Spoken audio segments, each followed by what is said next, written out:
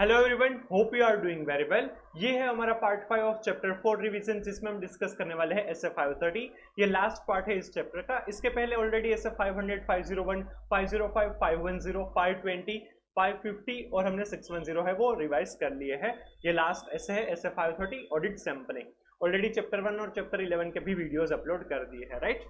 ये जो नोट्स में से हम रिवीजन कर रहे हैं उसका डिस्क्रिप्शन में आपको लिंक मिल जाएगा, तो वहां से आप डाउनलोड कर सकते हैं। 25 अप्रैल 2024 से अगर पहले आपने डाउनलोड की है तो इट इज एडवाइजेबल कि यहाँ पर जो लिंक है वो आप डाउनलोड करके उसमें से रीड करें, क्योंकि उसमें RDP-MTP के रेफरेंस और थोड़े से चेंजेस किए हुए हैं, राइट। तो चलिए फटाफट स्टार्ट करते हैं SF 530 ऑडिट सैम्पलिंग का जो रिवीजन है वो जो आपको दिया है चैप्टर 80 पर इस नोट्स में। Audit sampling SF 500 audit evidence, SF 501 audit sampling specific consideration for selected items, SF 505 external confirmation, SF 510 initial audit engagements, opening balances, SF 520 analytical procedure, SF 530 audit sampling, SF 550 related parties और SF 610 है using the work of internal auditor। और तो और हमने जो SF 200 देखा था chapter 1 में, overall objectives of independent auditor and conduct of an audit in accordance with standards on auditing। SF 210 जो चैप्टर 11 में था, agreeing the terms of audit engagements। SF 220 quality control in an audit of financial statement। और SQC 1 quality control perform audit and review of historical financial information and other assurance engagement and related service engagements, right। तो इतने standards हमने देखे हुए हैं, revise किए हैं, right. तो चलिए ऑडिट सैम्पलिंग, ऑडिटर जो है वो 100% वेरिफिकेशन नहीं कर सकता क्योंकि टाइम नहीं है, राइट। और इतना वेरिफिकेशन करने की ज़रूरत भी नहीं है क्योंकि 100% करने से कोई ज़्यादा कुछ एरर्स नहीं मिलती है, उसमें जनरली क्लरिकल एरर्स ही मिलती है। इसीलिए सैम्पलिंग बेसिस पर ऑडिट करना है वो एडवाइजेबल है, और आजकल के ज़माने में सैम्पलिंग बेसिस पर ही होता है। और अब तो क्वांटम ऑफ ट्रांजेक्शन्स भी बहुत बढ़ चुका है, तो ऑडिट सैम्पलिंग करना ही ज़्यादा बेहतर रहता है। तो इसी के लिए स्टैंडर्ड है SF 530 audit sampling. SF 530 audit sampling है वो कंपलसरी नहीं है, सैम्पलिंग करना कंपलसरी नहीं है, बट अगर ऑडिटर है वो सैम्पलिंग करने वाला है in performing audit procedures, right, तो उन्हें SF 530 है वो एप्लीकेबल होगा, और SF 530 के हिसाब से सैम्पलिंग टेक्निक्स वगैरह क्या कैसे करना है वो उनको एप्लीकेबल होगा। सबसे पहले मीनिंग दिया है ऑडिट सैम्पलिंग का। It refers to the application of audit procedure to less than 100% of items within population relevant under the audit, such that all sampling unit, that is all the items in the population, have an equal chance of selection। जो population है, मतलब कि जो सारे transaction है वो एक साथ होंगे, इकट्ठा होंगे, तो उसे पॉपुलेशन कहा जाएगा। तो वो पॉपुलेशन में जो एक एक यूनिट है उसे सैम्पलिंग यूनिट कहा जाता है, और सभी को इक्वल चांस मिलता है टू बी सिलेक्टेड। तो उसमें से जो सिलेक्ट किए जाते हैं उसे सैंपल्स कहे जाता है। सैम्पलिंग यूनिट का यहाँ पर बताया हुआ है, राइट, और यहाँ पर भी है sampling unit. The individual items that make up the population are known as sampling unit. Population refers to the entire set of data from which sample is selected and about which the auditor wishes to draw conclusion। हम population में जो sampling unit है, मतलब एक unit है वो sampling unit, वो सभी का एग्रीगेट किया जाएगा तो वो पॉपुलेशन बन जाएगा, राइट। एंटायर डेटा है वो पॉपुलेशन है, उसमें से जो सिलेक्ट किया जाता है वो सैंपल्स होते हैं। सैंपल्स पर हम ऑडिट प्रोसीजर्स परफॉर्म करते हैं, बट हमारा जो कंक्लूजन होता है वो पूरे पॉपुलेशन पर होता है, क्योंकि हमारा ऑब्जेक्टिव है जो SF 200 के हिसाब से है ओवरऑल ऑब्जेक्टिव, राइट। उसमें हम क्या करते हैं, जो भी हमारा ओपिनियन रीजनेबल एश्योरेंस लेते हैं वो हम as a whole financial statement लेते हैं, और ये भी जो चेक करते हैं कि फाइनेंशियल रिपोर्टिंग फ्रेमवर्क के हिसाब से फाइनेंशियल स्टेटमेंट प्रिपेयर हुए हैं या नहीं, तो वो भी in all material respect, but सब कुछ हमारा जो ओपिनियन रहेगा वो पूरे ही फाइनेंशियल स्टेटमेंट के ऊपर रहेगा। इसीलिए जो हमारा कंक्लूजन होगा वो पूरे ही पॉपुलेशन के ऊपर रहेगा। SF 530 का ऑब्जेक्टिव एंड स्कोप क्या है? The objective of the auditor when using audit sampling is to provide a reasonable basis for the auditor to draw conclusion about the population from which the sample is selected. Simple. Scope. SF 530 becomes applicable when the auditor has decided to audit sampling in performing audit procedure. This standard deals with auditors' use of statistical and non-statistical sampling. Sampling दो तरीके से हो सकता है, statistical या non-statistical, जो हम आगे रिवाइज करेंगे। उन दोनों में से जो भी अप्रोच यूज कर रहे हैं, when designing and selecting the audit sample, performing test of controls and test of details, and evaluating the results from the sample. Audit sampling, जो भी सैंपल्स हमें सिलेक्ट करना है उसके बाद उसमें ऑडिट प्रोसीजर्स परफॉर्म की जाएगी, राइट। जनरली ये टेस्ट ऑफ कंट्रोल्स और टेस्ट ऑफ डिटेल्स में सैंपलिंग किया जाता है, राइट। और उसके बाद जो रिजल्ट्स मिलते हैं उनको इवेल्युएट किया जाएगा पूरे पॉपुलेशन के ऊपर। तो वो जो सारी चीजें हैं ये SF 530 के स्कोप में कवर अप होती है। SF 500 audit evidence lays down the means available to the auditor for selecting the items for testing. One of those is audit sampling. Hence, SF 530 complements SF 500. हमने जो SF 500 audit evidence जो समझा था उसमें जो last part था कि किस तरह से जो सैंपलिंग है वो सिलेक्टिंग आइटम्स किस तरह से सिलेक्ट कर सकते हैं जो ऑडिटर हैं, तो उसमें 3 तरीके थे। 100% वेरिफिकेशन किया जा सकता है, स्पेसिफिक आइटम को सिलेक्ट किया जा सकता है और ऑडिट सैंपलिंग किया जा सकता है। तो जो सैंपलिंग है वो किस तरह से करना है उसके लिए पूरा ऐसे है SF 530 ऑडिट सैंपलिंग। तो जब भी SF 500 ऑडिट एविडेंस के हिसाब से हम सैंपलिंग करना चाहते हैं तो SF 530 को फॉलो करना होगा। अब पॉपुलेशन क्या है और उसके कैरेक्टरिस्टिक्स क्या है वो समझते हैं। पॉपुलेशन का मीनिंग हमने ऑलरेडी समझ लिया। तो auditor should select sample items in such a way that the sample can be expected to be representative of the population. Sample कैसे होने चाहिए? रिप्रेजेंटेटिव टू द पॉपुलेशन होने चाहिए, तभी जो हम कंक्लूजन पर आएंगे वो सही होगा, अदरवाइज तो वो रिस्की हो सकता है। इसीलिए पॉपुलेशन में से जो भी सैंपल सिलेक्ट किए जाते हैं वो रिप्रेजेंटेटिव टू द पॉपुलेशन होने चाहिए। This requires that all items in the population have an opportunity of being selected. जितनी भी आइटम्स है इन द पॉपुलेशन सभी को इक्वल अपॉर्चुनिटी मिलना चाहिए टू बी सिलेक्टेड। उसके कैरेक्टरिस्टिक्स है, 3 कैरेक्टरिस्टिक्स है, appropriateness, completeness and reliability, right. Appropriateness. Appropriate means population from which the samples are drawn shall be relevant for the specific objective under audit. जो भी हमारा audit है, right, जो भी हमें ऑडिट प्रोसीजर करनी है, जो भी हमारा असर्शन है, जो चीज पर हमें सेटिस्फेक्शन चाहिए उसके लिए वो जो पॉपुलेशन है वो रिलेवेंट होनी चाहिए। रिलेवेंट होना that is also known as appropriateness, तो वो एप्रोप्रिएट कहलाई जाएगी। This is because when the samples are drawn, the audit procedures are applied on the sample and the conclusion are projected on the population. हम samples पर audit procedure करेंगे और पूरे ही population के ऊपर अपना जो भी result है या फिर conclusion है वो पूरे ही population पर किया जाएगा। For example, if the auditor's objective were to test for overstatement of accounts receivable, the population could be defined as the accounts receivable listing. अगर हमें overstatement है या नहीं, right, in the trade receivable list, तो हमारा जो trade receivable का listing है, पूरा list है, ledger है, वही हमारे लिए population बन जाएगा, appropriate relevant population बन जाएगा। On the other hand, when testing for understatement of accounts payable, the population would not be the accounts payable listing, but rather subsequent disbursement, unpaid invoices, suppliers statements, unmatched receiving report or other population that would provide audit evidence of understatement of accounts payable. But अगर हमें understatement अगर check करना है, right, तो understatement check करना है तो जो लिस्टिंग है वो हमारे लिए इनफ नहीं होगा, वो हमारे लिए रिलेवेंट पॉपुलेशन नहीं होगा। बट सब्सिक्वेंट डिसबर्समेंट हुआ है, अनपेड इनवॉइसेस है, दूसरे स्टेटमेंट्स है, रिसीविंग रिपोर्ट्स है, उन सभी में से हमें कोई पॉपुलेशन कंसिडर करना होगा और उसमें से सैंपलिंग है वो हम कर सकते हैं। सिमिलर टाइप ऑफ एग्जांपल है वो SF 500 में जब हमने रिलायबिलिटी और रिलेवेंस में से जो रिलेवेंस समझा था, राइट, तो उसमें भी यही एग्जांपल दिया था, वो भी रिलेवेंस वाला पॉइंट था और यहाँ पर भी रिलेवेंस के बारे में ही है। वो ऑडिट एविडेंस के रिलेवेंस के बारे में था, यहाँ पर पॉपुलेशन के रिलेवेंस के बारे में है। तो दोनों जगह पर जो एग्जांपल है वो सेम है, राइट। तो रिलेवेंट पॉपुलेशन होना चाहिए तभी उसमें से जो सैंपल मिलेगा, राइट, वो हमारा जो सेटिस्फेक्शन है, हमें जिस कंक्लूजन पर पहुंचना है वो हम कर पाएंगे। Completeness.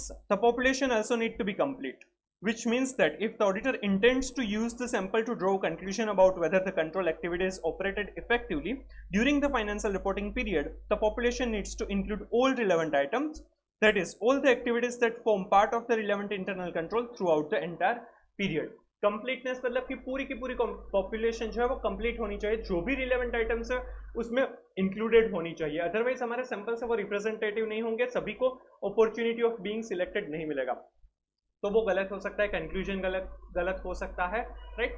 तो वो प्रॉब्लम ना हो इसलिए वो कंप्लीट होना चाहिए पॉपुलेशन है। If population is complete in all respect, the conclusion drawn on the population will be considered to be reasonable, right? And reliable. Population needs to be sufficiently complete and accurate. जो भी population है वो complete और accurate होनी चाहिए, सब कुछ सही होना चाहिए उसमें। Auditor should obtain evidence about reliability of population. Population reliable है या नहीं उसके लिए हमें evidence collect करने होंगे, उसके लिए procedure हम कर सकते हैं, उसी के बाद उसमें से samples select करना रहेंगे। If population is not reliable with respect to accuracy and source, the sample drawn will definitely not be relevant for the specific audit objective. अगर जो पॉपुलेशन है वो रिलायबल नहीं होगी तो हमारा जो सैंपल्स होगा वो भी रिलायबल नहीं होगा, और उसमें से जो हमने ऑडिट प्रोसीजर की और जो कंक्लूजन पर पहुंचे वो भी गलत होगा, हमारा जो ऑडिट का ऑब्जेक्टिव है वो बेनिफिशियल नहीं होगा, हमारा काम गलत हो जाएगा सब कुछ, राइट। तो इसीलिए पॉपुलेशन है वो रिलायबल होने चाहिए। तो पॉपुलेशन के 3 कैरेक्टरिस्टिक्स है, appropriateness that is equivalent to relevance, second completeness and third reliable. Clear, ये पूछ सकते हैं as a question. Approaches to sampling, sampling 2 तरीके से हो सकता है, अप्रोच उनके 2 है, statistical sampling and non statistical sampling. Statistical sampling है उनके 3 कैरेक्टरिस्टिक्स है। स्टैटिस्टिकल सैंपलिंग में रैंडम सिलेक्शन किया जाता है, प्रोबेबिलिटी ऑफ लो है उनका, प्रोबेबिलिटी थियरी का यूज किया जाता है to evaluate the result of a sample, और मेजरमेंट ऑफ जो सैंपलिंग रिस्क है उसका। सैंपलिंग रिस्क मतलब कि जो सैंपल सिलेक्ट किए गए हैं वो पॉपुलेशन को रिप्रेजेंटेटिव नहीं है, इसीलिए जो हम कंक्लूजन पर आए हैं वो गलत है और ऑडिट रिस्क बढ़ सकता है, राइट, या फिर हमें ज्यादा मेहनत करनी हो सकती है, जो हम आगे समझने वाले हैं। तो सैंपलिंग रिस्क जो है उसको भी प्रोबेबिलिटी थियरी के हिसाब से मेजर किया जाएगा। तो ये 3 कैरेक्टरिस्टिक्स है स्टैटिस्टिकल सैंपलिंग के, अगर ये तीनों ही उसमें है तो उसे स्टैटिस्टिकल सैंपलिंग अप्रोच कहा जाएगा। An approach to sampling that has the random selection of the sample unit, random selection होगा तो सभी को equal opportunity मिलेगी और वो representative to the population होंगे। And the use of probability theory to evaluate sample results, जो sampling किया उसके बेसिस पर जो पूरे पॉपुलेशन में क्या इफेक्ट होगी, राइट, वो प्रोजेक्शन करने के लिए प्रोबेबिलिटी थियरी का यूज किया जाता है, including measurement of sampling risk characteristics, और सैंपलिंग रिस्क कितना हो सकता है उसको भी वो प्रोबेबिलिटी थियरी से यूज किया जाएगा, कैलकुलेट किया जाएगा। तो ये 3 कैरेक्टरिस्टिक्स है, रैंडम सिलेक्शन है, probability theory is used to evaluate the sample result and probability theory is used to measure the sampling risk characteristics, तब उसे स्टैटिस्टिकल सैंपलिंग कहा जाएगा। उसके लिए इंफॉर्मेशन सिस्टम का यूज किया जा सकता है, आइडिया करके एक सॉफ्टवेयर है, तो वैसे सॉफ्टवेयर का यूज करके स्टैटिस्टिकल सैंपलिंग है वो किया जा सकता है। These 3 are characteristics of statistical sampling approach as well। ये मीनिंग भी यही है और ये 3 कैरेक्टरिस्टिक्स भी है, तो आपको कोई भी क्वेश्चन पूछे मीनिंग या फिर कैरेक्टरिस्टिक्स तो ये 3 पॉइंट्स आपको मेंशन करने होंगे। मीनिंग होगा तो एक पैराग्राफ में लिखिएगा, कैरेक्टरिस्टिक्स है तो तीनों अलग अलग लिखिएगा। Non-statistical sampling, a sampling approach that does not have the above feature is considered as a non-statistical sampling। Non-statistical sampling है उसमें random selection या फिर probability theory का यूज नहीं किया जा सकता, वो जो ऑडिटर है वो अपने प्रोफेशनल जजमेंट नॉलेज के बेसिस पर सैंपल्स है वो सिलेक्ट करते हैं। Whatever may be the approach, non-statistical or statistical sampling, the sample must be representative। ऐसे 530 के हिसाब से आप कोई भी सैंपलिंग अप्रोच है वो यूज कर सकते हैं, पर जो नेसेसिटी है कि सैंपल कैसे होना चाहिए, रिप्रेजेंटेटिव टू द पॉपुलेशन, वो अप्लाई होगा, क्योंकि दोनों ही जो अप्रोच है वो अलाउड है, तो दोनों ही केस में कोई भी केस आप यूज कीजिए वो ऑडिटर के प्रोफेशनल जजमेंट के ऊपर डिपेंड करता है, but sample must be representative. This means that it must be closely similar to the whole population, although not necessarily exactly the same। ये near to the whole population होना चाहिए, exact तो नहीं होगा क्योंकि ये तो सैंपल्स है ना, सारे ही कैरेक्टरिस्टिक सारी ही चीजें नहीं कवर अप होगी, but most of the things would be the similar, right, तभी हम जो कंक्लूजन पर पहुंचे वो सही होगा। The sample must be large enough to provide statistically meaningful result. अगर हम स्टैटिस्टिकल अप्रोच यूज करें तो उसमें इनफ जो होना चाहिए, सैंपल साइज जो है वो इनफ होनी चाहिए ताकि कोई एक रिजल्ट पर हम पहुंच पाए। Sampling process is performed on a test of control and test of details. जो हम प्रोसीजर्स करते हैं, जो हमने ऐसे 500 के साथ समझा था कि ऑडिट प्रोसीजर में सबसे पहले रिस्क असेसमेंट प्रोसीजर करा जाता है, तो उसमें सिर्फ अंडरस्टैंडिंग ली जाती है एंटिटी की, उनके एनवायरनमेंट की, इंटरनल कंट्रोल्स की, तो उसमें कोई भी सैंपलिंग नहीं हो सकता है। उसके बाद फर्दर ऑडिट प्रोसीजर की जाती है जिसमें टेस्ट ऑफ कंट्रोल और सब्सटेंटिव प्रोसीजर आती है। तो टेस्ट ऑफ कंट्रोल से उसमें सैंपलिंग हो सकता है, कौन से कितने कंट्रोल्स चेक करने हैं, और सब्सटेंटिव प्रोसीजर के अंदर टेस्ट ऑफ डिटेल्स और सब्सटेंटिव एनालिटिकल प्रोसीजर आती है। तो जो टेस्ट ऑफ डिटेल्स है उसमें हम सैंपलिंग कर सकते हैं कि क्या क्या चीजें चेक करनी है, जैसे कि इनवॉइसेस कितने चेक करने हैं, इनवॉइसेस में सैंपल्स कितना लेना है, परचेस के हो या सेल्स के हो। बट सब्सटेंटिव एनालिटिकल प्रोसीजर है वो भी 100% डेटा पर कर सकते हैं, राइट, क्योंकि तभी वो उसके ऊपर जो रिजल्ट मिलेगा वो सही होगा। एनालिटिकल प्रोसीजर हमने इन डिटेल ऐसा 520 में भी रिवाइज किया है, तो वहां पर पूरे ही डेटा पर वो प्रोसीजर है वो अप्लाई किया जाता है, इसीलिए सब्सटेंटिव एनालिटिकल प्रोसीजर में सैंपलिंग नहीं हो सकता है, राइट। तो टेस्ट ऑफ कंट्रोल और टेस्ट ऑफ डिटेल्स में सैंपलिंग हो सकता है।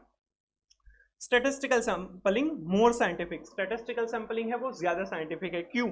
Audit testing done through this approach is more scientific than testing based entirely on the auditor's own judgment because it involves use of mathematical laws of probability in determining the appropriate sample size in varying circumstances.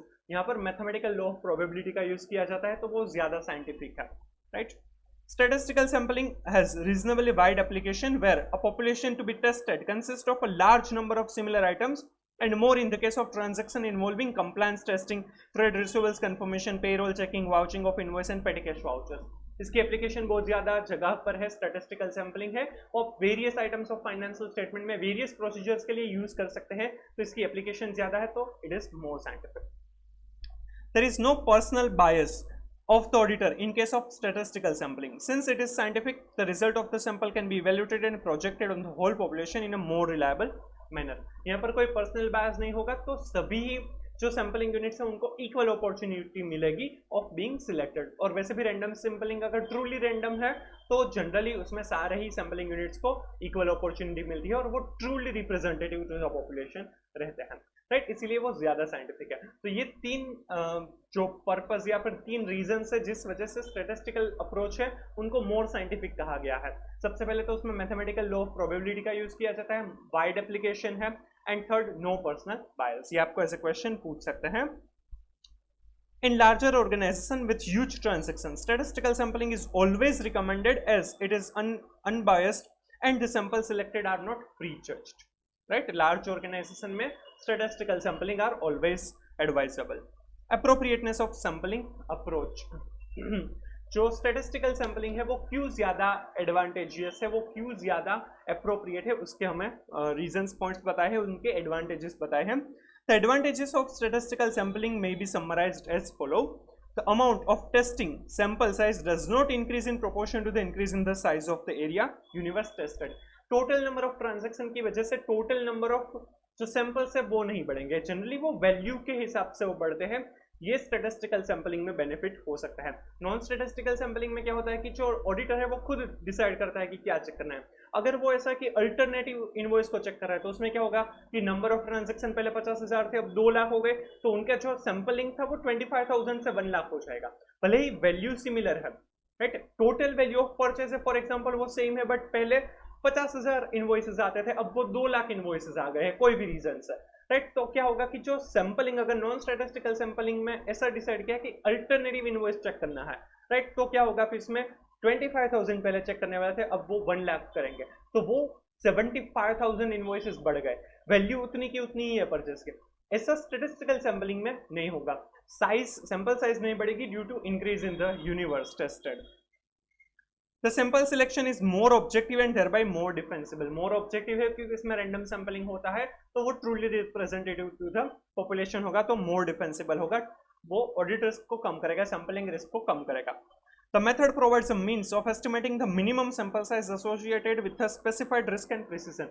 Mathematical law of probability use किया जाता है, तो उसमें जो sampling risk कितना हो सकता है उसको भी डिसाइड किया जाता है, तो इसी वजह से मिनिमम सैंपल साइज कितनी होनी चाहिए वो भी हमें बताता है. It provides a means for deriving a calculated risk and corresponding precision sampling error. That is, the probable difference in the result due to use of sample in lieu of examining all the records in the group universe using the same audit procedure. हमें sampling statistical sampling करेंगे तो भी हमें calculated risk पता चल जाएगा कि हम सैम्पलिंग कर रहे हैं तो क्या क्या रिस्क हो सकते हैं, तो वो रिस्क कितना लेना है वो हम डिसाइड कर पाएंगे, और हमें 100% वेरिफिकेशन किए बिना हम काफ़ी अच्छा सेटिस्फेक्शन ले सकते हैं. It may provide a better description of a large mass of data than a complete examination of all the data, since non-sampling error such as processing and clerical mistakes are not as large. 100% verification करने से भी better है statistical sampling किया जाए, क्योंकि उसमें large mass of data के ऊपर हमें ज्यादा सेटिस्फेक्शन मिल सकता है, राइट? क्योंकि जो नॉन सैम्पलिंग एरर्स है, राइट, क्लरिकल एरर्स है, उसके होने के चांसेस जनरली कम होते हैं. इंफॉर्मेशन सिस्टम आने के बाद तो वो और ज्यादा कम हो चुके हैं. It is widely accepted way of sampling as it is more scientific without personal bias and the result of sample can be evaluated and projected more reliable way. Right? ये ज़्यादा scientific है, personal bias वगैरह नहीं है इसमें, judgment वगैरह अच्छे से, projection वगैरह अच्छे से कर सकते हैं, right? तो ये सारे advantages है statistical sampling के. एक बार ये read कर लीजिएगा, याद रख लीजिएगा. Under some audit circumstances, statistical sampling method may not be appropriate. The auditor should not attempt to use statistical sampling when another approach is either necessary or will provide satisfactory information in less time or with less effort. For instance, when exact accuracy is required or in case of legal requirement, etc. जहां पर statistical sampling के अलावा कोई और approach है वो ज्यादा satisfaction देता है कम टाइम में कम एफर्ट में, तो हमें दूसरा अप्रोच है वो यूज करना चाहिए, या फिर वो कंपलसरी है, रिक्वायर्ड है बाय द लॉ, राइट। तो उस केस में हमें अदर अप्रोच है वो यूज करना चाहिए। Sometimes the audit staff has no knowledge about sampling technique used. In such a circumstances, using statistical sampling becomes complex and inappropriate. जहां पर ऑडिट स्टाफ है उनको स्टैटिस्टिकल सैम्पलिंग के बारे में नहीं पता है, उनको किस तरह से यूज करना है वो नहीं पता है, तब स्टैटिस्टिकल सैम्पलिंग यूज नहीं करनी चाहिए, अदरवाइज उसका मिसयूज होगा, वो एडवांटेज नहीं देगा, राइट। ये कंसिडर करना है, इसमें से कुछ डिस्क्रिप्टिव या एमसीक्यू क्वेश्चन बन सकते हैं। Non-statistical sampling. Under this approach, the sample size and its composition are determined on the basis of the personal experience and knowledge of the auditor. Auditor खुद डिसाइड करेगा कि कितना सैम्पलिंग करना है, नॉलेज एंड एक्सपीरियंस के basis पर decide किया जाएगा। This approach has been in common application for many years because of its simplicity in operation. ये काफी सिंपल है यूज करना, राइट, कोई भी यूज कर सकता है और इसमें कॉस्ट भी कम आता है। Traditionally, the auditor on the basis of the personal experience will determine the size of the sample and express it in terms that number of pages or personal accounts in the purchases or sales ledgers to be checked. कितने number of pages या कितने number of accounts check करने हैं वो decide किया जाता है। That is the example of non-statistical sampling. For example, March, June and September may be selected in a year one and different months would be selected in the next year on the basis of value of items, top 10 highest value, etc. कोई month select कर लिया, कोई top 10 highest value select कर लिया, non-statistical sampling approach. An attempt would be made toward establishing a pattern of selection year after year. That is the way of selecting samples to maintain an element of surprise as to what the auditor is going to check. Every year ना similar pattern नहीं होनी चाहिए of sampling, otherwise जो ऑडिटी है, client है, वो समझ जाएगा कि क्या पैटर्न है, तो उस हिसाब से वो कुछ गड़बड़ कर सकता है। इसीलिए एवरी टाइम पैटर्न है वो चेंज करनी होगी नॉन स्टैटिस्टिकल सैंपलिंग जब भी करेंगे तब। It is common practice to check large number of items towards the close of the year so that the adequacy of cutoff procedure can also be determined, as they are prone to high risk of misappropriation. Cutoff consider करना होगा, year and के आसपास के जो transaction है उसमें सबसे ज्यादा रिस्क होता है कुछ गड़बड़ होने का, इसीलिए वो जो ट्रांजैक्शन है उसको एटलीस्ट हमें सैंपल में सिलेक्ट करना चाहिए ताकि वो जो कट ऑफ के जो प्रॉब्लम्स है वो हम रिजोल्व कर सकें। क्रिटिसिज्म, नॉन स्टैटिस्टिकल सैंपलिंग है वो क्रिटिसाइज किया गया है on some basis. It is neither objective nor scientific, ये ऑब्जेक्टिव भी नहीं है, साइंटिफिक भी नहीं है, ये truly representative to the population नहीं होता, इसमें scientific mathematical law of probability या फिर पर्सनल बायस तो होगा ही, राइट, इसीलिए ये साइंटिफिक नहीं है। The expected degree of objectivity cannot be assured in non-statistical sampling because the risk of personal bias in selection of sample items cannot be eliminated. Risk of personal bias ऐसा हो सकता है कि for example आपको क्या अच्छा लगेगा, मतलब आपको अगर सैंपल सेलेक्ट करने के लिए बोलेंगे तो क्या कर सकते हैं कि जो आपको अच्छा लग रहा है, जो आपको इजी लग रहा है, फॉर एग्जांपल अगर कोई एक इनवॉइस है उसके पीछे 5 सपोर्टिंग डॉक्यूमेंट्स लगे हुए हैं और एक जो इनवॉइस है उसमें सिर्फ एक ही पेज है, कोई सपोर्टिंग नहीं है, तो आप क्या चेक करना पसंद करेंगे? जो एक पेज वाला है, राइट, भले ही वो जो 5 जो सपोर्टिंग्स वाला जो पूरा इनवॉइस बल्क था, राइट, उसमें वैल्यू है वो 50 लाख रुपीज है और जो इनवॉइस एक पेज वाला था उसकी वैल्यू सिर्फ 1 लाख रुपीज है, तो जो डिफरेंस इन वैल्यू है, राइट, वो आप कंसिडर नहीं करेंगे, बट आपकी इच्छा क्या है, क्या चेक करने की, किस में आप फटाफट चेक कर लेंगे, वो आप ऐसा कर सकते हैं, तो वहां पर पर्सनल बायस आ जाएगा, तो वो रिप्रेजेंटेटिव टू द पॉपुलेशन नहीं होगा। The closeness of the qualities projected by the sample result with that of the whole population cannot be measured because the sample has not been selected in accordance with the mathematical based statistical techniques. जो भी sample select किए हैं उस हिसाब से projection करना ना थोड़ा difficult हो सकता है क्योंकि यहाँ पर mathematical law of probability का use नहीं किया गया है। However, it may be stated that the auditor with this experience and knowledge of the client's business can evaluate accurately enough the sample findings to make audit decisions, and the mathematical proof of accuracy in some cases may be luxury which the auditor cannot afford. जो auditor है उनका experience knowledge होगा तो वो properly काम कर सकता है, नॉन स्टैटिस्टिकल सैंपलिंग के बेसिस पर भी वो क्वालिटी वर्क कर सकता है। और तो और कई बार ऐसा भी होता है कि जो स्टैटिस्टिकल सैंपलिंग है वो लग्जरी है, वो सारे सीए सारे ऑडिटर है वो अफोर्ड नहीं कर सकते। जनरली ये बड़ी फर्म्स में ही जो आइडिया सॉफ्टवेयर या स्टैटिस्टिकल सैंपलिंग का यूज किया जाता है, right.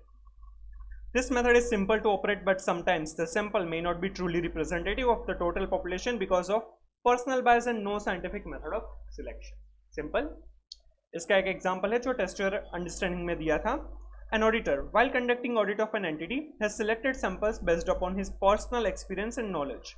Later on, it turns out that selected samples were not representative, and it has led to faulty selection of sample. Auditor है, उन्होंने नॉन स्टैटिस्टिकल सैंपलिंग बेसिस पर personal experience knowledge के basis पर किया था, that is non statistical sampling, right. और बाद में ऐसा पता चला कि वो जो सैंपल्स है वो ट्रूली रिप्रेजेंटेटिव नहीं है. The auditor contends that the samples were selected based upon his personal experience and knowledge. और उन्होंने वो आर्ग्यूमेंट की कि भाई ये तो मैंने पर्सनल एक्सपीरियंस और नॉलेज के बेसिस पर किया था. It is a case of non-statistical sampling approach adopted by the auditor. Whatever may be the approach, non-statistical or statistical sampling, the sample must be representative, right? वो हमने आगे ही देखा था कि statistical हो या non-statistical approach, sample must be representative. This means that it must be closely similar to the whole population, although not necessarily exactly the same. The auditor cannot escape his responsibility in this regard. मैंने अपने personal experience and knowledge के basis पर किया था, इसीलिए वो truly representative नहीं है, और ये कहकर हम छूट नहीं सकते हैं. स्टैटिस्टिकल हो या non statistical approach, sample must be representative. Clear. चलिए, फिर है factors to be considered for deciding upon extent of checking on sampling plan. Sampling basis पर कितना हमें चेक करना है, उसके लिए कुछ फैक्टर्स है, उसके बेसिस पर हम डिसाइड कर सकते हैं कि कितना चेक करना चाहिए. The factors that should be considered for deciding upon the extent of checking on a sampling plan are following. Size of the organisation under audit. Size कितनी है ऑर्गेनाइजेशन की, जितना बड़ा ऑर्गेनाइजेशन होगा ज्यादा चेक करना रहेगा. State of the internal control. Internal control कैसे, इंटरनल कंट्रोल अगर अच्छे होंगे तो कम चेक करेंगे, इंटरनल कंट्रोल अगर बहुत ही ऑपरेटिंग इफेक्टिव नहीं होंगे तो ज्यादा चेक करना होगा. Adequacy and reliability of books and records. कितने एडिक्वेट है बुक्स एंड रिकॉर्ड्स मेंटेनेंस में, और रिलायबल है या नहीं. अगर वो एडिक्वेट होंगे, रिलायबल होंगे, कम सैंपल्स चेक करेंगे. अगर वो इतने एडिक्वेट नहीं है, रिलायबल नहीं है, तो ज्यादा सैंपल्स हम सेलेक्ट करेंगे. Tolerable error range. Tolerable error range मतलब कि कितनी एरर है वो हम टॉलरेट कर सकते हैं, दैट्स ओके, वो मटीरियल नहीं है, राइट. जितनी टॉलरेबल एरर रेंज ज्यादा होगी हमारा सैंपल्स कम होगा, राइट, क्योंकि एरर रेंज ज्यादा टॉलरेट कर सकते हैं तो हम कम काम करेंगे. टॉलरेबल एरर रेंज जितनी कम होगी ज्यादा सैंपल सिलेक्ट किए जाएंगे. Degree of the desired confidence. Confidence कितना चाहिए, कितना हमें अच्छा होना चाहिए, राइट, कितना अश्योरेंस लेना है. जितना ज्यादा कॉन्फिडेंस होगा उतना ही ज्यादा सैंपल सिलेक्ट किया जाएगा, जितना कम कॉन्फिडेंस उतना कम सैंपल्स, राइट. तो यहाँ पर ये 5 फैक्टर्स है जिस वजह से सैंपलिंग प्लान को एक्सटेंट है, सैंपलिंग का एक्सटेंट है वो अफेक्ट हो सकता है. Size of the organisation, second, state of the internal control, third, adequacy and reliability of the books and records, tolerable error range and desired level of confidence, right. ये important है, ये old course में एक बार पूछा भी हुआ है, फिर से पूछ सकते हैं. फिर है सैंपलिंग रिस्क. सैंपलिंग रिस्क मतलब कि samples are not truly representative to the population. अब ये जो सैंपलिंग रिस्क है वो दो तरीके से हो सकता है. पहला तो ये कि जो सैंपल्स हमने सिलेक्ट किए उसमें बहुत सारे मिसस्टेटमेंट्स मिले, फिर हमने क्या किया कि पॉपुलेशन में से और ज्यादा सैंपल सेलेक्ट किए और ज्यादा चेक किया, बट उसमें कोई भी मिसस्टेटमेंट्स नहीं मिले. मतलब कि सैंपल्स में मिसस्टेटमेंट है, पॉपुलेशन में उतने मिसस्टेटमेंट्स नहीं है. तो क्या होगा कि हमारी एफिशिएंसी का प्रॉब्लम होगा, राइट, क्योंकि हमने ज्यादा काम किया, एफर्ट्स ज्यादा लगाए, बट उसका कोई रिजल्ट नहीं है, राइट. दूसरा ऐसा हो सकता है कि जो सैंपल्स है उसमें कोई भी मिसस्टेटमेंट नहीं मिला, सब कुछ बराबर मिला, बट पॉपुलेशन में बहुत सारे मिसस्टेटमेंट्स है. तो उससे क्या होगा कि हम तो सैंपल्स को चेक करके खुश हो जाएंगे कि वाह क्या सब कुछ बराबर है, राइट, क्या कम नहीं है, राइट. बट क्या होगा कि पॉपुलेशन में बहुत सारे मिसस्टेटमेंट्स है, उस वजह से हमारा जो ओपिनियन होगा वो इनअप्रोप्रिएट ओपिनियन हम एक्सप्रेस करेंगे. हमें लगेगा कि सब कुछ बराबर है, अनमोडिफाइड ओपिनियन देंगे, जबकि पॉपुलेशन में बहुत सारे मिसस्टेटमेंट है, तो वहां पर ऑडिट रिस्क बढ़ जाएगा, तो वो इफेक्टिवनेस ऑफ ऑडिट है उसको अफेक्ट करेगा, राइट. तो ये दो तरीके से सैंपलिंग रिस्क हो सकते हैं. ये आपको टेस्ट योर नॉलेज के क्वेश्चन में दिया है, वैसे चैप्टर के टेक्स्ट में नहीं दिया है. As per SFI authority audit sampling risk is the risk that auditor's conclusion based on a sample may be different from the conclusion if the entire population were subject to the same audit procedure. मतलब कि जो sample पर जो conclusion पर पहुंचे वो total population को अगर हम ऑडिट प्रोसीजर उसके ऊपर करते तो जो कंक्लूजन होता वो दोनों डिफरेंट है, that is the sampling risk. मतलब कि samples are not representative to the population. Sampling risk can lead to two types of erroneous conclusion. First, in the case of a test of controls, the controls are more effective than they actually are, or in the case of test of details, the material misstatement does not exist when in fact it does. The auditor is primarily concerned with this type of erroneous conclusion because it affects audit effectiveness and is more likely to lead to an inappropriate audit opinion. जो sampling है वो हम test of controls में करेंगे और test of details में करेंगे, right. तो जो टेस्ट ऑफ कंट्रोल्स है उसमें हमें ऐसा लग रहा है कि कंट्रोल अच्छे है सैंपल के बेसिस पर, या फिर जो टेस्ट ऑफ डिटेल्स कर रहे हैं उसमें हमें मिसस्टेटमेंट, मटेरियल मिसस्टेटमेंट नहीं मिल रहा है, बट पूरे पॉपुलेशन में है, उस वजह से इनअप्रोप्रिएट ऑडिट ओपिनियन देंगे, इफेक्टिवनेस है वो अफेक्ट करेगी। दूसरा कैसे, in the case of test of controls the controls are less effective than they actually are, or in the case of test of details that a material misstatement exist when in fact it does not. This type of erroneous conclusion affect audit efficiency as it would usually lead to additional work to establish that initial conclusion were incorrect. यहाँ पर क्या हो रहा है कि samples में ऐसा लग रहा है कि जो कंट्रोल्स है वो ऑपरेटिंग इफेक्टिव नहीं है, या फिर टेस्ट ऑफ डिटेल्स में ऐसा लग रहा है कि मटेरियल मिसस्टेटमेंट बहुत ज़्यादा है, फिर हम पूरे पॉपुलेशन में या फिर ज़्यादा ऑडिट प्रोसीजर करेंगे, तब पता चलेगा कि भाई ये पूरे पॉपुलेशन में इतना प्रॉब्लम नहीं है, जो इनिशियल कंक्लूजन था वो इनकरेक्ट था, इससे ऑडिट एफिशिएंसी अफेक्ट हो गई, राइट। ये पूछ सकते हैं, ये ओल्ड कोर्स में पूछा भी हुआ है। Sample design, when designing an audit sample the auditor's consideration includes the specific purpose to be achieved and combination of the audit procedure that is likely to be to best achieve the purpose. जब भी audit design करेंगे audit samples को, तब auditor को क्या करना होगा, consider करना होगा स्पेसिफिक पर्पस क्या है, किस पर्पस के लिए हम ये सैंपलिंग है वो डिजाइन कर रहे हैं, और किस ऑडिट प्रोसीजर से हमारा जो ऑब्जेक्टिव है वो अचीव हो पाएगा। Consideration of the nature of the audit evidence sought and possible deviation or misstatement condition or other characteristics relating to the audit evidence will assist the auditor or our auditor in defining what constitutes a deviation or misstatement and what population to use for sampling. हमें क्या, अगर control की बात है तो उसमें क्या deviation हो सकता है, और अगर टेस्ट ऑफ डिटेल्स की बात करें तो उसमें क्या मिसस्टेटमेंट हो सकता है, वो हमें डिटरमाइन करना होगा, ताकि पता चले कि क्या किसे कहा जाएगा डेविएशन या फिर मिसस्टेटमेंट, और उसके बेसिस पर हम चेक कर पाएंगे। और तो और हमारा जो पॉपुलेशन है कि कहाँ से हमें सैंपल्स उठाने चाहिए, कहाँ से सैंपल्स से सिलेक्ट करने चाहिए। In fulfilling the requirement of SA 500 audit evidence when performing audit sampling, the auditor performs audit procedure to obtain audit evidence that the population from which the audit sample drawn is complete. और जिस population में से हमें select करना है तो वो population है वो कंप्लीट होनी चाहिए, वो हमें ध्यान में रखना होगा, राइट। तो ये 3 पॉइंट्स है वो ध्यान रखेंगे डिजाइनिंग एंड ऑडिट सैंपल, ये भी ओल्ड कोर्स में एक बार पूछा हुआ है। अब ये जो ऑडिट सैंपलिंग है उसमें डिजाइन करने के लिए हम स्ट्रेटिफिकेशन कर सकते हैं। स्ट्रेटिफिकेशन मतलब कि जो पूरी पॉपुलेशन है उसको हम सब पॉपुलेशन में डिवाइड कर देंगे based on the specific characteristics, जिसके सिमिलर कैरेक्टरिस्टिक्स है उसके बेसिस पर हम स्ट्रेटिफाई कर देंगे। स्ट्रेटिफाई करने से क्या होगा कि सब पॉपुलेशन बन जाएगी, और उसमें से जो सैंपल सेलेक्ट करेंगे, राइट, वो ट्रूली रिप्रेजेंटेटिव हो सकते हैं, और हमें कंपेरेटिवली कम सैंपल सेलेक्ट करने होंगे compare to whole population, right. Dividing a population into discrete subpopulation which have identifying characteristics is called as a stratification. Similar type के characteristics वाले जो ट्रांजेक्शन है उनको सब पॉपुलेशन में डिवाइड कर देंगे, उसे stratification कहा जाएगा। Stratification means dividing heterogeneous, diversified population into homogeneous, having similar characteristics subpopulation where samples are drawn from each subpopulation. और हम जो सारे ही सब पॉपुलेशन है, मतलब कि स्ट्रेटिफिकेशन किया हुआ है, तो स्ट्रेटिफाइड पॉपुलेशन है उसमें से हम सैंपल सेलेक्ट करेंगे। Each sub population is called as a stratum, जो भी ये सब पॉपुलेशन है उसको स्ट्रेटम कहा जाएगा। यूनिट्स अंडर दो sub population are referred as a strata, जो स्ट्रेटम के अंदर एक एक यूनिट है उसको स्ट्रेटा कहा जाएगा, और ये जो पूरी प्रोसीजर है उनको स्ट्रेटिफिकेशन कहा जाएगा। Audit efficiency may be improved if the auditor stratifies the population by dividing into discrete subpopulation which have an identifying characteristics like monetary value or characteristics that indicate a higher risk of misstatement. Risk के basis पर ये सब population है वो create किया जा सकता है, या फिर मॉनेटरी वैल्यू के बेसिस पर किया जा सकता है, ताकि जो रेंज होगी वेरिएशन की वो कम हो जाएगी, और कम सैंपल्स में से भी हमें ज़्यादा इफेक्टिव ऑडिट प्रोसीजर और ऑडिट कंक्लूजन मिल सकेगा। The objective of stratification is to reduce the variability of items within each stratum and therefore allow sample size to be reduced without increasing sampling risk. Sampling risk को बढ़ाए बिना हम जो sample size है उनको reduce कर सकते हैं।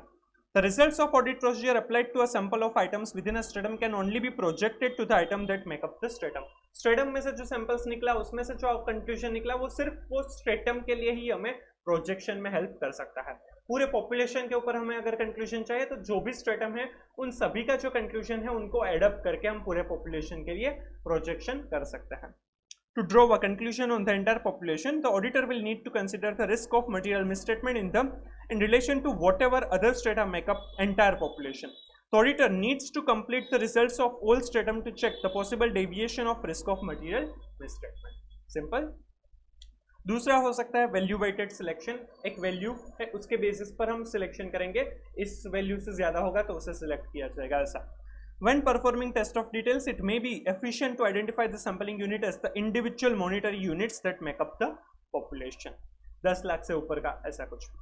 Having selected a specific monetary units from within the population, for example the accounts receivable balance, the auditor may then examine the particular item, for example individual balances that contain those monetary units.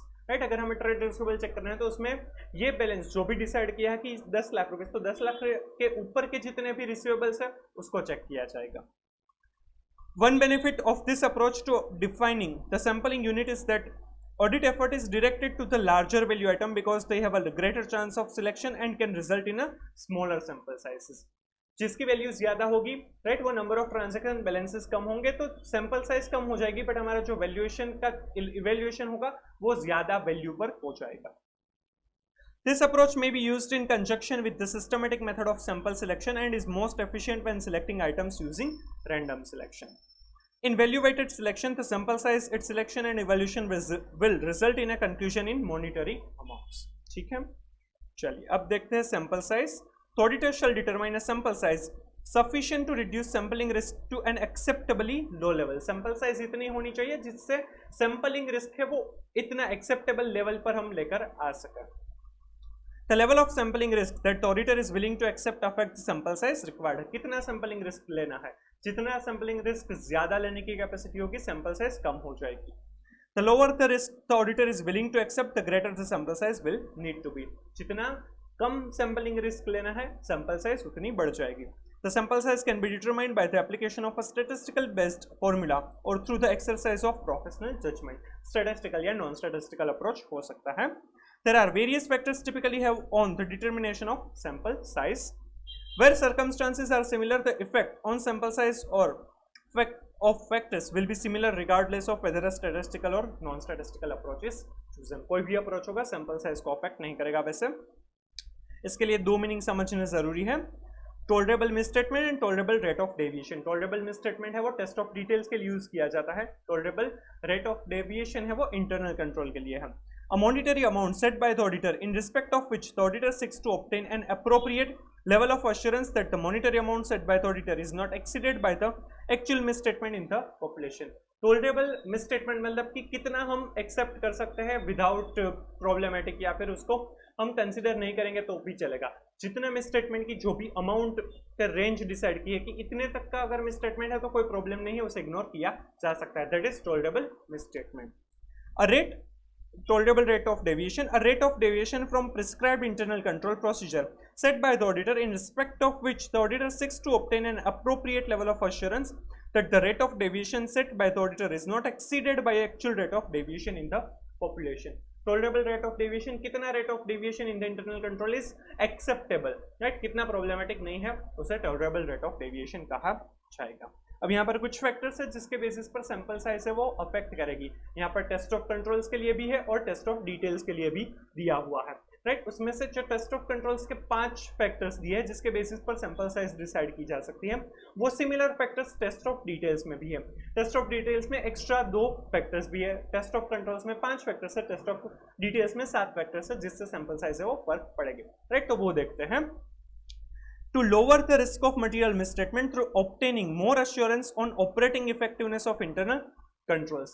Risk of material misstatement सबसे पहले risk assessment procedure किया जाता है, उसके basis पर test of controls किया जाता है, राइट. तो जो टेस्ट ऑफ कंट्रोल्स हम यहाँ पर अभी जो समझ रहे हैं वो सैंपल साइज के जो फैक्टर्स इन्फ्लुएंस करते हैं सैंपल साइज को, test of controls.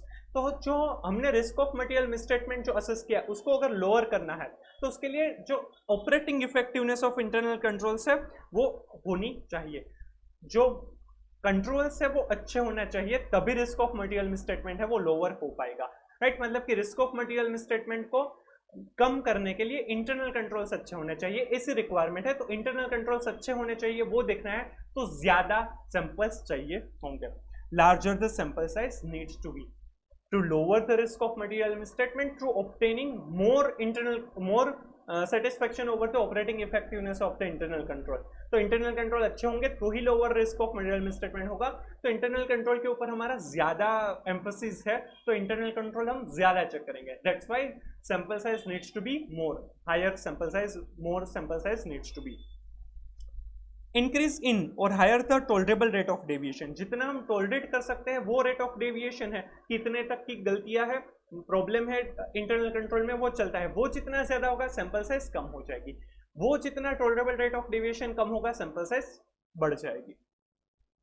Increase in or higher the tolerable rate of deviation sample size will decrease. Decrease in or lower the tolerable rate of deviation sample size will increase. Right, जितना हम accept कर सकते हैं ज्यादा उतनी sample size कम हो जाएगी.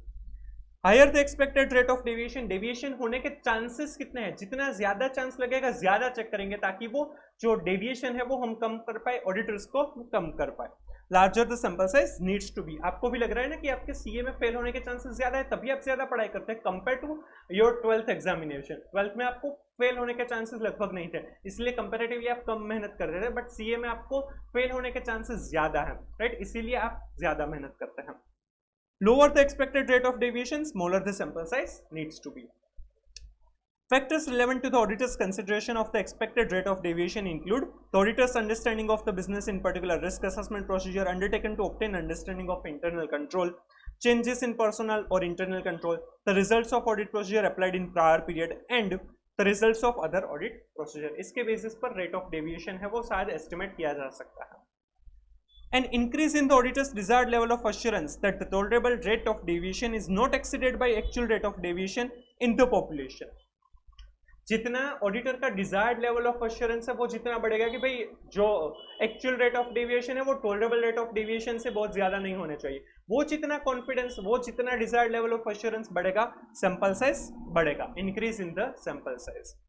A decrease in the auditor's desired level of assurance that the tolerable rate of deviation is not exceeded by actual rate of deviation in the population decrease the sample size.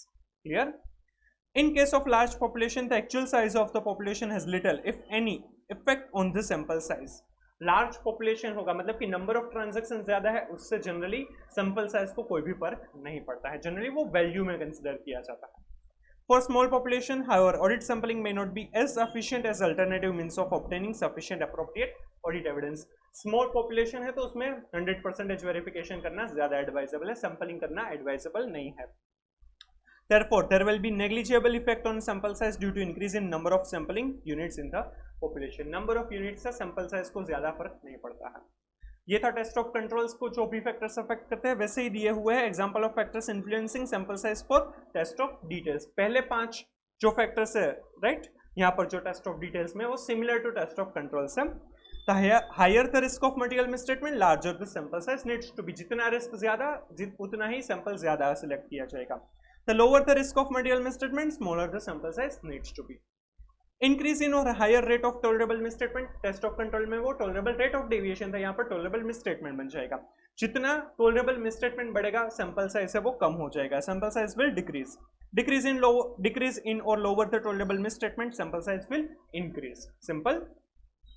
Higher the expected misstatement, larger the sample size needs to be. Misstatement ज्यादा होने के chances है, ज्यादा sample select किए जाएंगे. Lower the expected misstatement, smaller the sample size needs to be. अब ये expectation किस बेसिस पर कंसिडर कर सकते हैं? The result of risk assessment procedure, the result of test of controls.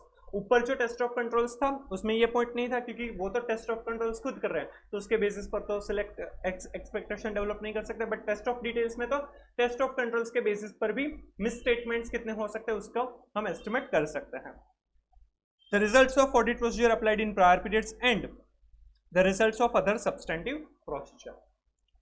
An increase in the auditor's desired level of assurance that the tolerable misstatement is not exceeded by the actual misstatement in the population increase the sample size. जितना desired level है वो बढ़ेगा कि भाई ये जो actual misstatement है वो tolerable misstatement से ज़्यादा नहीं होना चाहिए, उसके लिए जो confidence desired level है वो बढ़ेगा, उतना sample size बढ़ेगा. Or a decrease in the auditor's desired level of assurance that the tolerable misstatement is not exceeded by the actual misstatement in the population decrease the sample size. Simple. फिर next है, there will be negligible effect on sample size due to number of sampling units in the population. For large population, the actual size of the population has little, if any, effect on the sample size. Thus, for small population, audit sampling often not as efficient as alternative means of obtaining sufficient appropriate audit evidence. वो हमने test of controls में भी discuss किया था. अब ये जो 6th और 7th फैक्टर है वो नए हैं, वो टेस्ट ऑफ कंट्रोल में नहीं थे.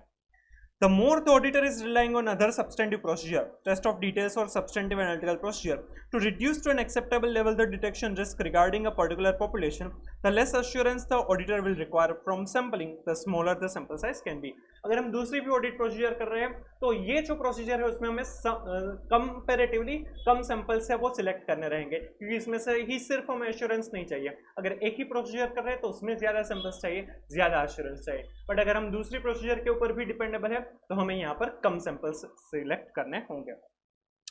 When stratification of the population is appropriate, Stratify किया जाएगा, सब पॉपुलेशन में डिवाइड किया जाएगा, तो वहाँ पर भी सब जो स्मॉल पॉपुलेशन है, स्मॉल साइज कंपैरेटिवली कम साइज चाहिए होगी. Sample size will decrease. Stratification किया जाएगा, सैंपल साइज डिक्रीज हो जाएगी. राइट, तो ये इंपॉर्टेंट है, इसमें से क्वेश्चन आने के चांसेस है. ये जो टेस्ट ऑफ डिटेल्स है उसमें से 3-4 फैक्टर्स के बारे में ऑलरेडी ओल्ड कोर्स में एक बार पूछा हुआ है, फिर से पूछ सकते हैं. चलिए, टेस्ट ऑफ कंट्रोल्स और टेस्ट ऑफ डिटेल्स में 5 फैक्टर्स तो सिमिलर है, तो वो इजीली याद रह जाएगा. चलिए, अब सैंपल सिलेक्शन की मेथड से 5 मेथड्स दी गई है, काफी सिंपल है, फटाफट समझते हैं. रैंडम सैंपलिंग, रैंडमली कोई भी सिलेक्ट कर दिया, उसके लिए रैंडम नंबर टेबल या फिर एक्सेल में भी रैंडम के फॉर्मूलाज होती है, उसको यूज किया जा सकता है. Random selection ensure that all items in the population और within the stratum have a known chance of selection. सभी को इक्वल चांस मिलेगा. It may involve use of random number tables. Random sampling involve 2 very popular method which are discussed below. Simple random sampling है, उसमें population में simply random sampling किया जाएगा. दूसरा है स्ट्रेटिफाइड सैंपलिंग, जिसमें सब पॉपुलेशन में डिवाइड किया जाएगा और उसमें रैंडम सैंपलिंग यूज किया जाएगा. Simple random sampling, it is considered that random number tables are simple and easy to use and also provide assurance that auditor's bias does not affect the selection. इसमें auditor का कोई भी bias नहीं होगा. Each item in population is selected by use of random number table either with the help of computer or picking up a number in a random way. This method is considered appropriate provided the population to be samples consist of a reasonable similar units and fall within a reasonable range. That is, it is suitable for a homogeneous population having a similar range.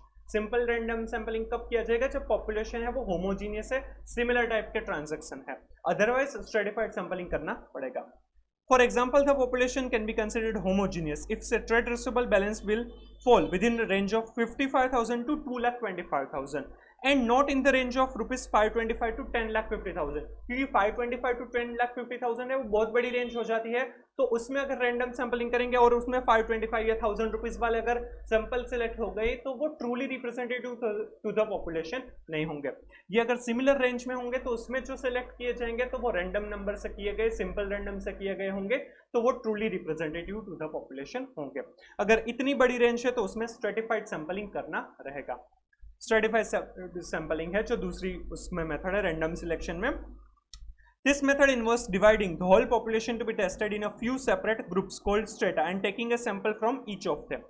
Each stratum is treated as if it was a separate population and if proportion of items are selected from each of this stratum. सभी में से अलग अलग proportion में samples है वो select किए जाएंगे. The number of groups into which a population has to be divided determined on the basis of auditor's judgment. कितने groups में कितने stratum बनाना है वो auditor का judgment रहेगा. In the above example, trade receivable balance may be divided into 5 groups as follow. An auditor may pick up different percentage of items from each of the group as mentioned in the bracket.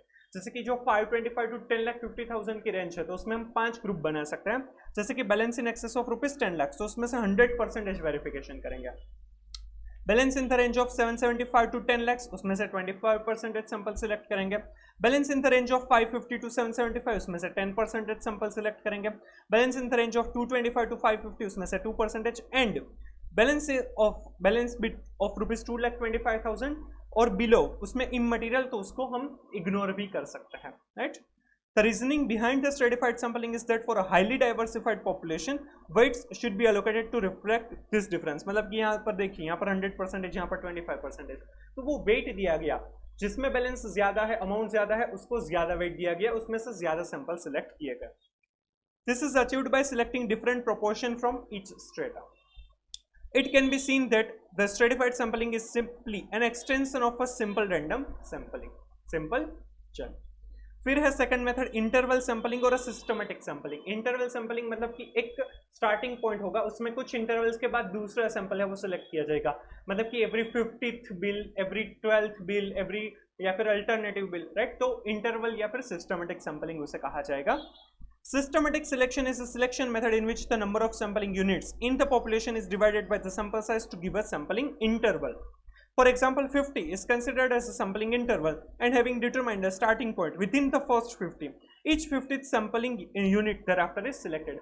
For example, 50 है वो interval select किया और जो starting point है वो 20 है, तो 20th bill, उसके बाद 70, उसके बाद 120 वो सिलेक्ट किया जाएगा. Although the starting point may be determined haphazardly, the sample is more likely to be truly random if it is determined by use of computerized random number generator or random number table. Random selection होगा तो ये ज़्यादा scientific रहेगा. When using systematic selection, the auditor would need to determine that sampling unit within the population are not structured in such a way that the sampling interval corresponds with a particular pattern in the population. हमें sample जो select करेंगे उससे पहले पूरी procedure system समझनी होगी. ऐसा तो नहीं है ना कि जो भी हम पैटर्न है, मतलब कि जो भी इंटरवल हम सिलेक्ट करें वो कोई एक पैटर्न फॉर्म कर रहा है, उस वजह से वो जो सैंपल्स है वो truly representative to the population नहीं है. कैसे, वो उसका एग्जांपल दिया हुआ है. If in a population of a branch sales, particular branch cells occur only as of every 100th item and the sampling interval selected is 100, the result would be that either the auditor would have selected all or none of the cells of that particular branch. कोई एक branch है, उनका जो transaction है वो every 100th transaction होता है, तो उसमें ऐसा हो सकता है कि वो ब्रांच के सारे ट्रांजेक्शन होंगे या फिर उस ब्रांच का कोई भी ट्रांजेक्शन नहीं होगा. तो यहाँ पर पैटर्न हो जाएगी तो वो गलत होगा. If accountant A is responsible to record all transactions in a particular month and accountant B for next month, if this structure is same throughout the year and the auditor determines as a sample to check every transaction of alternate month, then only one accountant's work is checked by the auditor, that is either accountant A or B, depending upon which month the checking started from. The work of another is overlooked and there could be possibly material misstatement in the transactions recorded by him. यहाँ पर क्या है कि ए और B है वो alternative month के record करते हैं ट्रांजैक्शन जो भी है, और ऑडिटर है वो अल्टरनेटिव मंथ को सिलेक्ट करता है. तो यहाँ पर क्या होगा कि ए या फिर बी किसी एक का ही काम चेक किया जाएगा, तो दूसरे का काम ओवरलुक किया गया, तो उसमें कुछ भी गलत हो सकता है. Therefore, systematic sampling when chosen as a method should be carefully applied to bring together every type of transaction within the purview. More than one starting point can be considered to minimize such risk. इसीलिए क्या हो सकता है कि more than one starting point रखेंगे ताकि various types of transaction, various characteristics के transaction है वो samples में select हो सके और samples है वो truly representative to the population बन जाए. Third method है monetary unit sampling. It is a type of value-weighted selection in which sample size selection and evaluation results in a conclusion of monetary amounts. Monetary unit में कोई एक monetary value select की जाएगी, decide की जाएगी, और वो जो अमाउंट है उनके ऊपर के ट्रांजैक्शन है वो सारे ही सिलेक्ट किए जाएंगे. ऐसा कर सकते हैं. haphazard sampling, haphazard selection in which the auditor selects the sample without following a structured technique. कोई structured technique है, ये जो मन हुआ राइट वो सिलेक्ट कर लिया, पर ये random sampling नहीं है. Although no structured technique is used, the auditor would nonetheless avoid any conscious bias or predictability. For example, avoiding difficult to locate items or always choosing or avoiding the first or last entries on a page, and thus attempt to ensure that all items in the population have a chance of selection. Haphazard selection is not appropriate when using statistical sampling. उसमें use नहीं किया जा सकता है. Haphazard sampling has no structured approach, does not involve judgment and does not even use random number tables. इसीलिए generally haphazard sampling नहीं किया जाता है. ब्लॉक सैंपलिंग में एक ब्लॉक बनाया जाएगा, मतलब कि जो स्टार्टिंग पॉइंट है वहां से एक ब्लॉक या एक रेंज तक के सारे ट्रांजैक्शन है वो पार्ट ऑफ सैंपल्स बन जाएंगे. This method involves selection of blocks of contiguous, that is numbering items from within the population. For example, take the first 200 sales invoice from sales day book in the month of September. Alternatively, take 4 blocks of 50 cells invoice. Therefore, once the first item in the block is selected, the rest of the block follows items of the completion. Right, जो भी block decide किया 50, 200, तो जो पहला starting point है वहां से वो जो 50 या 200 तक के जो ट्रांजेक्शन है वो सारी एक साथ सिलेक्ट किए जाएंगे। बट यहाँ पर प्रॉब्लम क्या है कि सिमिलर टाइप के जो नियरर ट्रांजेक्शन है उसके कैरेक्टरिस्टिक सिमिलर होते हैं, तो वो पूरे पॉपुलेशन को रिप्रेजेंट नहीं करता है। Block selection cannot ordinarily be used in audit sampling because most population are structured such that items in sequence can be expected to have similar characteristics to each other, but different characteristics from items elsewhere in the population, right? Although in some circumstances it may be an appropriate audit procedure to examine a block of item, it would rarely be an appropriate sample selection technique when the auditor intends to draw valid inferences about the entire population based on the sample. कुछ items के लिए select किया जा सकता है, but ये generally अगर पूरे ही पॉपुलेशन के ऊपर हमें कंक्लूजन लेना है तो ये एडवाइजेबल मेथड नहीं है। Further, if the client has the idea of the block selection pattern of the auditor, then material misstatements and deviations can be easily overlooked by management practice of recording them. अगर ये audit की client को पता चल जाएगा तो वो कुछ गलत कर सकते हैं, उनको पैटर्न पता चल जाएगी तो वो उस हिसाब से गड़बड़ कर सकते हैं। There is a close similarity between this method and non-statistical sampling. Consequently, it has similar characteristics, namely simplicity and economy. On the other hand, there is a risk of bias and of establishing a pattern selection which may be noted by the auditors. Right? तो ये 5 method है। Random selection हो सकता है, interval या फिर systematic sampling हो सकता है, मॉनिटरी यूनिट सैंपलिंग, हैफाजर्ड सैंपलिंग और ब्लॉक सैंपलिंग। सिंपल है, राइट? फिर है परफॉर्मिंग ऑडिट प्रोसीजर। जो भी सैंपल्स हमने सेलेक्ट किए हैं उसके ऊपर हम जो भी ऑडिट प्रोसीजर डिसाइड करेंगे वो हम परफॉर्म करेंगे। तो auditor shall perform audit procedure appropriate to the purpose on each item selected. If the audit procedure is not applicable to the selected item, the auditor shall perform the procedure on a replacement item. जो भी हमने sample select किया है उसके ऊपर वो audit procedure है वो एप्लीकेबल नहीं है, परफॉर्म करना पॉसिबल नहीं है, तो रिप्लेसमेंट आइटम पर हम ऑडिट प्रोसीजर परफॉर्म करेंगे। For example, an example of when it is necessary to perform the procedure on a replacement item is when a cancelled check is selected while testing for evidence of a payment authorization. हमें payment authorization check करना था, checks देख रहे थे कि उसमें properly authorisation है या नहीं, तो उसमें अगर गलती से कैंसल्ड चेक है वो हमारा सैंपल का पार्ट बन गया तो उसके ऊपर हम ऑडिट प्रोसीजर परफॉर्म नहीं कर पाएंगे, एप्लीकेबल नहीं होगी, तो वहां पर हम रिप्लेस करेंगे आइटम को। If the auditor is satisfied that the checks has been properly cancelled such that it does not constitute a deviation, an appropriately chosen replacement is examined. A replacement would then mean a proper and valid check through which payment has been made. अगर वो check है वो properly cancel किया गया है, authorised है, तो उसको हम रिप्लेस करेंगे विद प्रॉपर चेक जिसके बेसिस पर पेमेंट किया गया है। Another example for replacement of a sample could be if all transactions of a computerized cells are being checked, for example cells recorded through a barcode scanner, and incidentally a sample of manual billing gets selected, then such item can be replaced after adequately checking the correctness of the manual bill with the supporting documents available. If replacement is not possible or reasonable, alternative audit procedure can be applied. अगर हम जो system through जो भी bill generate हुए हैं वो check कर रहे हैं और उसमें से गलती से मैनुअल बिल है वो सिलेक्ट हो चुका है, तो मैनुअल बिल को चेक करके उनके सपोर्टिंग्स को चेक करके उसको रिप्लेस करेंगे with another system generated bill, right, ताकि जो हमारा पर्पस है वो सोल्व हो पाए। अगर रिप्लेसमेंट पॉसिबल नहीं है तो हम उस जो भी सैंपल है उसके ऊपर अल्टरनेटिव ऑडिट प्रोसीजर परफॉर्म करेंगे। If the auditor is unable to apply designed audit procedure or suitable alternative procedure to a selected items, the auditor shall treat the item as a deviation from the prescribed control in the case of test of control or a misstatement in the case of test of details. अगर जो भी samples हमने select किए हैं उसमें वो जो भी प्रोसीजर है वो हम परफॉर्म नहीं कर सकते हैं, अल्टरनेटिव ऑडिट प्रोसीजर भी पॉसिबल नहीं है, तो उसे मिसस्टेटमेंट या फिर अगर टेस्ट ऑफ कंट्रोल होगा तो डेविएशन माना जाएगा, वो प्रोसीजर पॉसिबल नहीं है करना, राइट। तब For example, an example of when the auditor is unable to apply the designed audit procedure to a selected item is when documentation relating to that item has been lost. If the documentation of a sales is lost, like the sales order record, sales invoice, document for dispatch, etc., then confirmation can be sought from the debtor as per SF 505. If it is a cash sales, the cash book can be cross-verified for the existence of such transaction. अगर कोई भी document है वो lost हो चुका है तो वहां पर उसे मिसस्टेटमेंट जनरली कंसिडर किया जाएगा, बट हाँ अगर अल्टरनेटिव ऑडिट प्रोसीजर पॉसिबल है तो वो हम करेंगे। फॉर एग्जांपल सेल्स के केस में अगर कोई सेल्स का डॉक्यूमेंट मिसिंग है तो उसमें एक्सटर्नल कंफर्मेशन पॉसिबल हो सकता है, या फिर कैश सेल्स है तो उसके केस में कैश एक्चुअल में रिसीव हुआ है या नहीं उसके लिए कैश बुक में वेरिफिकेशन करेंगे।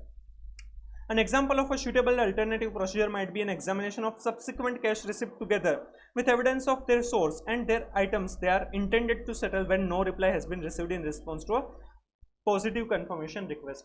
जब भी एक्सटर्नल confirmation request भेजी थी बट उसका रिप्लाई नहीं आया है, राइट, तो वो भी मिसिंग है, आंसर नहीं है हमारे पास, राइट, उनका हमें कंफर्मेशन नहीं मिला, तो उसमें भी अल्टरनेटिव ऑडिट प्रोसीजर कर सकते हैं, सब्सिक्वेंट रिसिप्ट चेक कर सकते हैं.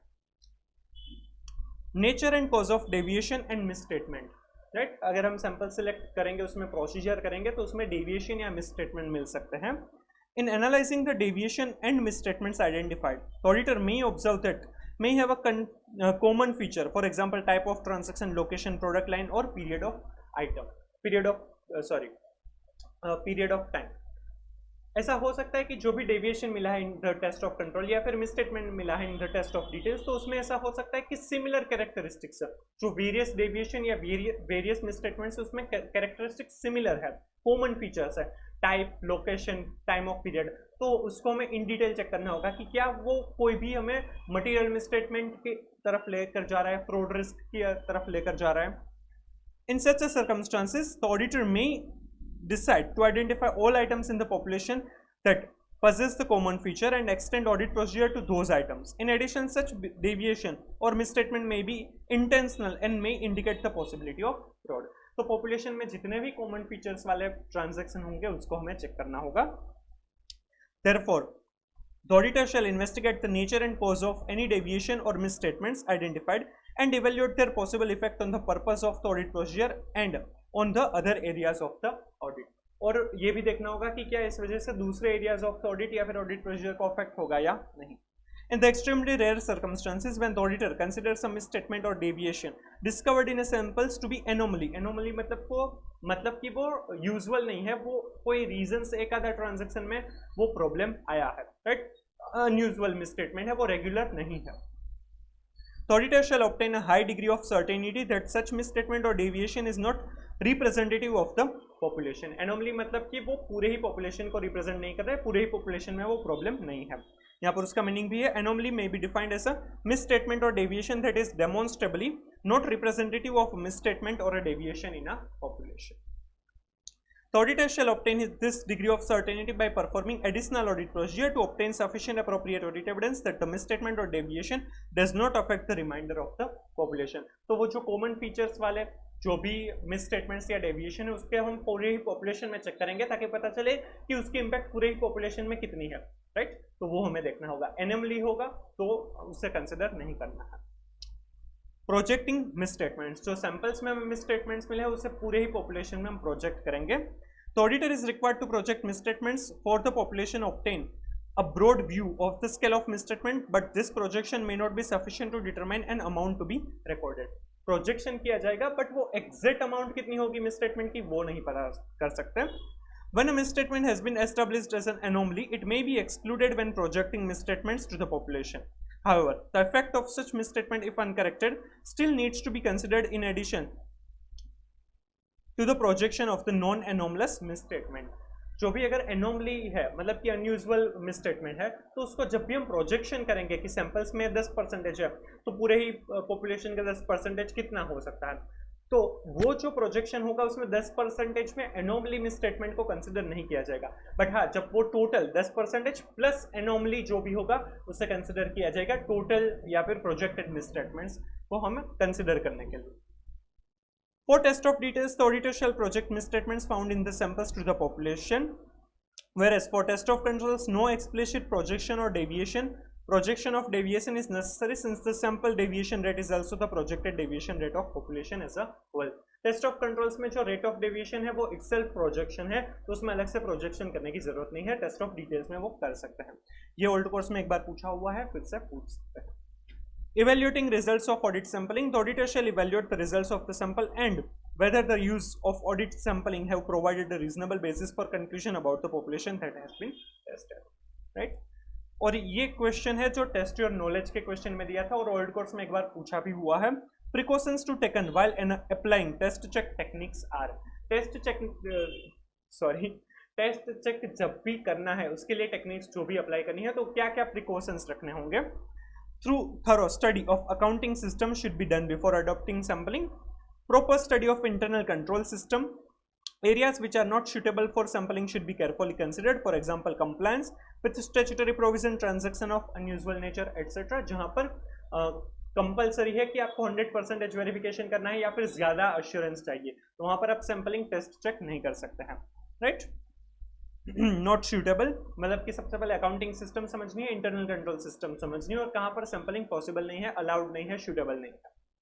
Proper planning for sampling methods to be used and explaining staff. Planning करना है कि क्या क्या सैंपलिंग मेथड करेंगे और स्टाफ को भी बताना है. Transaction and balances have to be properly classified, stratified होगी तो अच्छे से सैंपलिंग कर पाएंगे. Sample size should be appropriately determined. Sample should be chosen in unbiased way. Errors located in the sample should be analysed properly, right. तो यहाँ पर हमें 7-8 फैक्टर्स दिए हैं जो हमें कंसिडर करने हैं as a precautions before applying the test check techniques. क्या क्या है, अकाउंटिंग सिस्टम को चेक करेंगे, अच्छे से स्टडी करेंगे, इंटरनल कंट्रोल सिस्टम समझेंगे, देखेंगे कहाँ पर सैंपलिंग पॉसिबल नहीं है, सूटेबल नहीं है, वो हम देखेंगे. फिर प्रॉपरली प्लान करना है कि क्या क्या सैंपलिंग मेथड यूज करनी है और वो एक्सप्लेन भी करना होगा स्टाफ को. फिर क्या क्या ट्रांजेक्शन्स वगैरह है उनको प्रॉपरली क्लासीफाई करना है, स्ट्रेटिफाई करना रहेगा. सैंपल साइज है वो अप्रोप्रिएट होनी चाहिए, अप्रोप्रिएटली वो डिटरमाइन करनी है. अनबायस्ड वे में सैंपलिंग किया जाएगा और जो भी एरर्स लोकेट हुई है सैंपलिंग वगैरह में तो उसको भी प्रॉपरली कंसिडर करना रहेगा, राइट. ये ओल्ड कोर्स में एक बार पूछा है, फिर से पूछ सकते हैं, टेस्ट और नॉलेज का क्वेश्चन है ये. तो ये था हमारा SF 530 ऑडिट सैंपलिंग और हमारा पूरा चैप्टर 4 ऑडिट एविडेंस. काफी बड़ा चैप्टर है बट इसमें से पूछने के भी चांसेस बहुत ज्यादा है. होपफुली ये पूरा ही आपका अच्छे से रिवाइज हो गया होगा. अगर आपको ये वीडियो अच्छा लगा है तो please like and share the video, comment if you have any doubt, suggestion or reviews, and please subscribe the channel. Next अब हम चैप्टर 6 ऑडिट डॉक्यूमेंटेशन ऐसे 230 छोटा सा चैप्टर, छोटा सा ऐसा है वो हम रिवाइज करेंगे. So stay tuned. Thank you so much.